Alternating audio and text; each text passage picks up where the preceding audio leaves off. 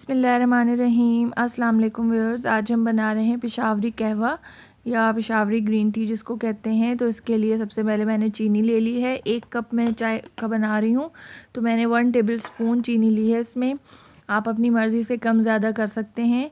इसके अलावा 2 छोटी इलायचियाँ मैंने ली हैं, इसको मैंने तोड़ लिया है, इसके बीज निकाल लिए हैं। अगर आपके पास इलायची पाउडर है तो वो बहुत अच्छा है, वो यूज़ कर लीजिए।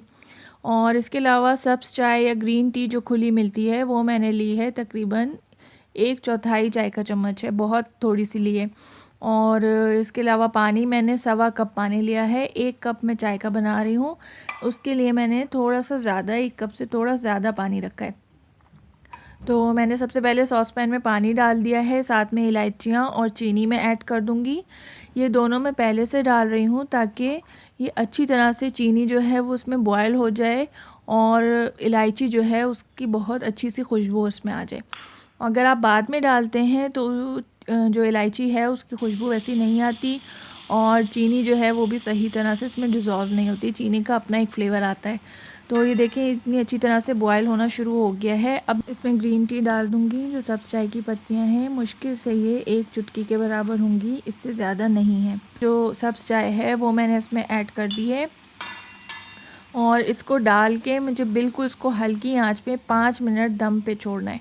कवर करके मैंने इसको दम पे छोड़ दिया है 5 मिनट के लिए। इससे ज़्यादा आप ना छोड़ें वरना ये चाय जो है वो इसका कलर बहुत ज़्यादा डार्क हो जाता है, ये बहुत काली हो जाती है और टेस्ट भी इसका बहुत कड़वा कड़वा सा हो जाता है। तो देखें बिल्कुल ऐसा जो है लाइट येलो गोल्डन कलर इसमें आना चाहिए। ये इस चाय का बिल्कुल सही कलर है।